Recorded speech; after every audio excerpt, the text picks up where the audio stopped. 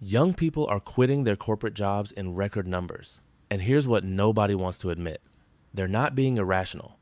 They're being coldly logical.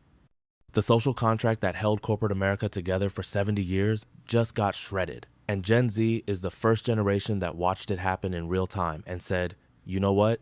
No thanks. A 26-year-old in Chicago quits his sales job with 3 months rent saved. A 24-year-old accountant in Denver walks out mid-busy season. A marketing coordinator in Austin ghosts her manager via Slack message. I'm not talking about isolated cases. Bureau of Labor Statistics data from late 2025 shows voluntary quit rates for workers under 30 hit 4.2%, the highest since they started tracking the metric in 2000. Meanwhile, quit rates for workers over 50 stayed flat at 1.8%. That's not a coincidence. That's a pattern. Now here's what I'm going to walk through. I'm going to explain exactly why this is happening, why it's accelerating, and why the people calling these kids entitled are missing the entire point. Because this isn't about laziness. It's about incentives.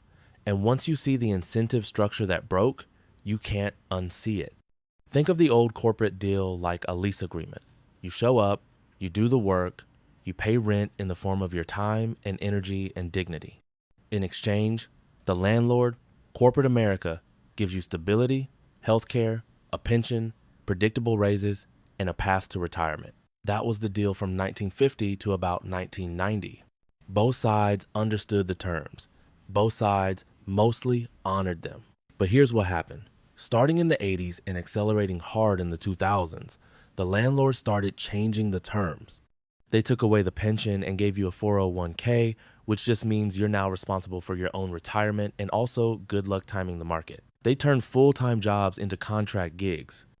They brought in wave after wave of layoffs, not because the company was dying, but because some spreadsheet said headcount reduction would boost the stock price by 2% for 1 quarter. They kept healthcare, technically, but now you're paying $6,000 a year in premiums, plus a $4,000 deductible before anything kicks in. The rent went up, the services got cut, but they kept saying, hey, you're lucky to have a lease at all. Now, boomers like me, we grumbled, but we stayed. You know why? Because we signed our lease in 1978 when the deal was still good. By the time it got bad, we were 45, we had a mortgage, we had kids in school. We didn't have the option to walk away. We had what economists call sunk costs. So we stayed and we complained at the bar on Fridays and we took our 2% annual raise and we told ourselves it was fine. But Gen Z, they're watching this happen before they even sign the lease. They're sitting in the lobby, reading the terms, and they're seeing 20 years of Yelp reviews from millennials saying, hey, the landlord's a nightmare, the heat doesn't work, and they'll evict you anyway after 3 years when they automate your job. And these kids are doing the math and saying, why would I agree to this? Here's the first escalation. College costs exploded. In 1980, the average 4-year public university cost about $3,400 a year in tuition. Adjusted for inflation, that's about $12,000 in 2025 dollars. Reasonable. Today, that same school costs $28,000 a year, not adjusted, actual. So kids are graduating with $60,000, $80,000, $100,000 in debt. That's the down payment they made to get access to the corporate lease. Now they show up, resume in hand, and the entry-level job posting says 3 to 5 years experience required, $42,000 a year, healthcare starts after 90 days, no remote work, unlimited PTO, which actually means we guilt you into taking none. Oh, and we might lay you off in 18 months when the VP reorganizes the department. That's the return on a $100,000 investment. You see the problem?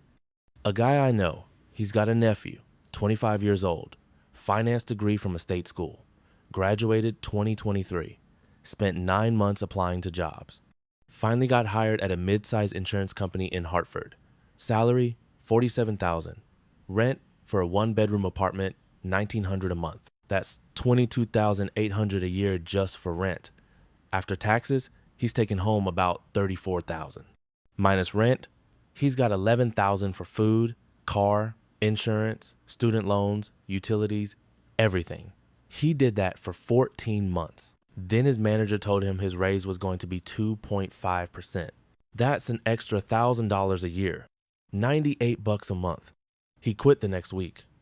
Now you might be thinking, okay, but that's just one bad company. He should have gone somewhere better. And that's the thing. He did go somewhere better. He went to work for himself. Started doing bookkeeping for small businesses remotely. Within 6 months, he was making $60,000. No boss, no commute. No performance review where someone who's never done his job tells him he needs to show more initiative. Second escalation. The language got absurd. I'm serious about this. Corporate speak became this parody of itself.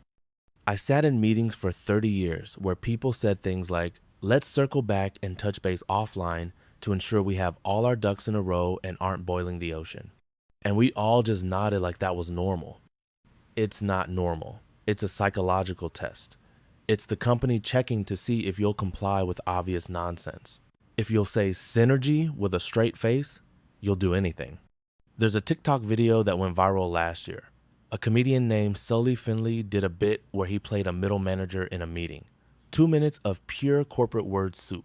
Touch base, leverage synergies, move the needle, circle back, drill down. I watched it and I laughed. But then I felt this sinking feeling because I realized I'd been that guy. I'd used those words. And worse, I'd meant them. The system had gotten so deep into my head that I thought talking like a management consultant's PowerPoint was just how adults communicated. Gen Z watches that video and they don't laugh. They get angry because that's their future. That's what they're supposed to spend 40 years doing. Sitting in beige conference rooms pretending that let's table that discussion and revisit it next quarter means anything other than no.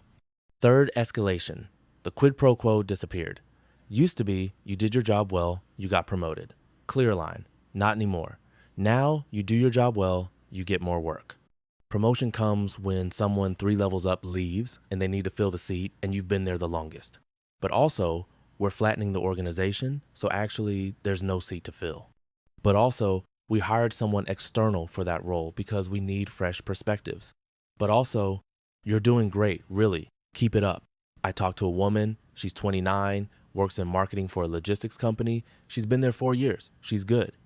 Ran 3 successful campaigns that directly added $2 million in revenue. She can prove it with attribution data. Asked for a promotion last year. They said, not yet. Asked for a raise. They said budgets are tight.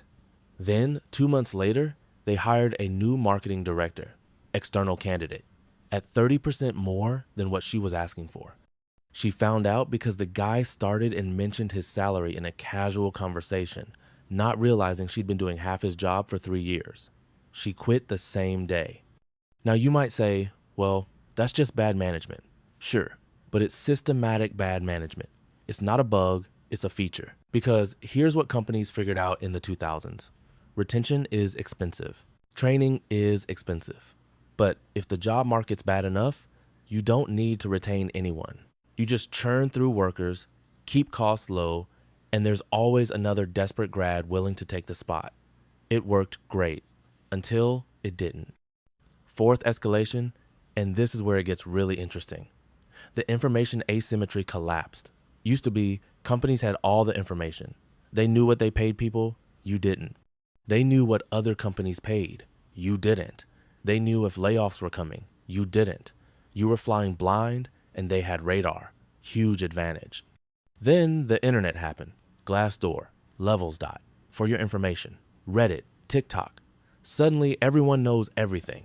A kid can look up exactly what Amazon pays an L4 software engineer in Seattle. Base salary, stock, bonus, the whole package.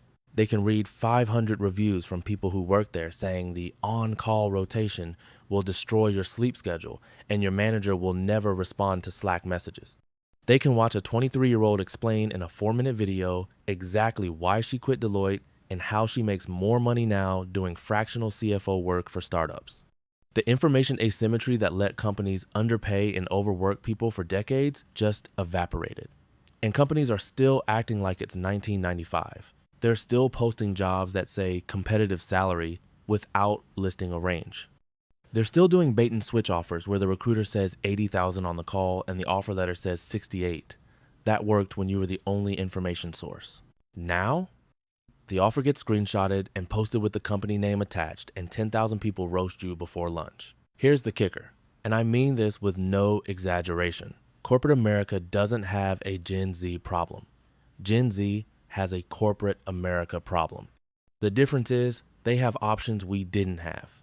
A 25-year-old in 2006 who hated their job. Tough. Stick it out. There's no alternative. A 25-year-old in 2026, they can freelance. They can start a Substack. They can do contract work. They can drive for Uber while building a side business. They can move to Mexico City and work remotely for 1/3 the cost. Are these options perfect? No. Are they stable? Not really. But they're better than spending 8 years in a job that pays $47,000, demands 50-hour weeks, and might lay you off anyway when private equity takes over. Let me give you a concrete example with real numbers. Guy graduates college, 22 years old, takes a corporate job at $50,000 a year. After taxes and insurance, he's taking home about $37,000. He does this for 5 years, gets the standard 2 to 3% raises. By year 5, he's making $56,000, taking home about $41,000.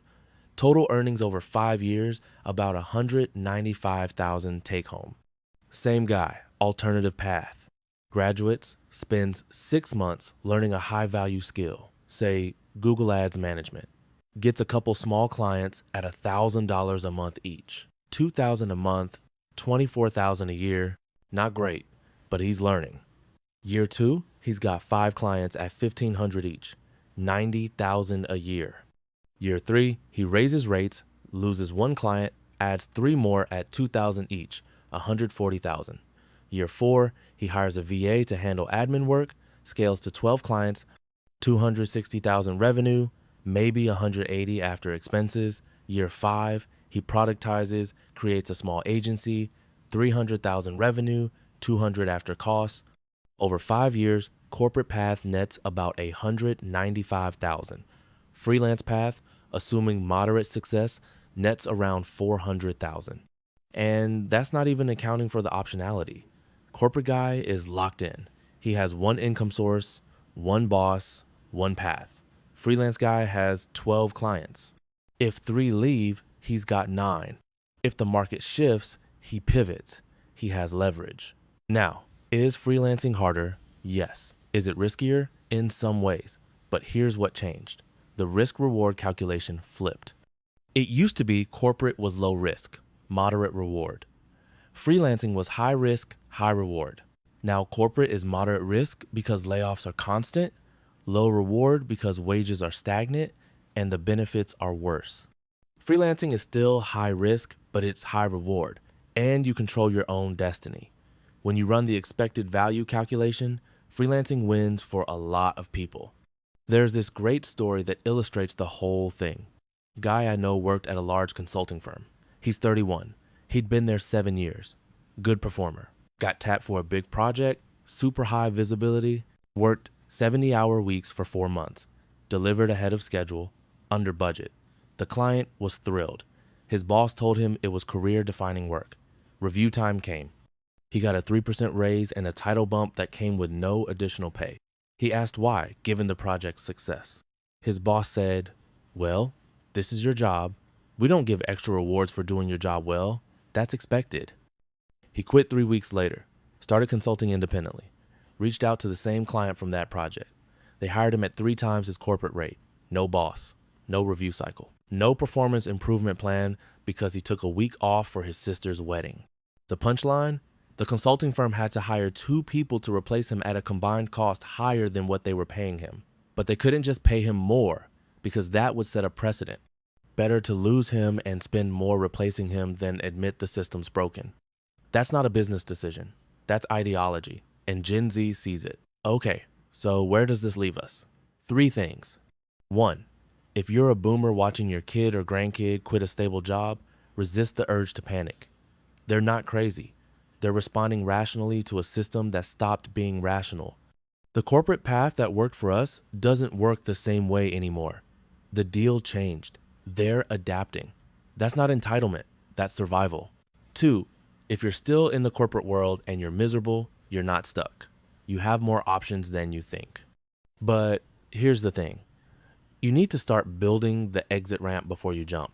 That means skills, savings, a plan. Don't just rage quit because your boss said something stupid in a Zoom meeting. That's emotional. Be cold. Be calculating. Figure out what you do instead, start building it nights and weekends, and leave when you're ready, not when you're angry. 3. If you're running a company or managing people, understand that the old playbook is dead. You can't underpay people and expect loyalty. You can't promise growth and deliver stagnation. You can't use corporate jargon as a substitute for clear communication. The information asymmetry that let you get away with that is gone. Treat people well or they'll leave and they'll tell everyone exactly why, and you'll spend more money replacing them than you would have spent just being decent in the first place. The corporate social contract didn't die because young people are soft. It died because companies broke it first, repeatedly, for 40 years. And Gen Z is just the first generation that watched it happen, did the math, and said no thanks. Turns out, when you spend decades optimizing for shareholder value at the expense of literally everyone else, people stop volunteering to be the expense. Wild how that works.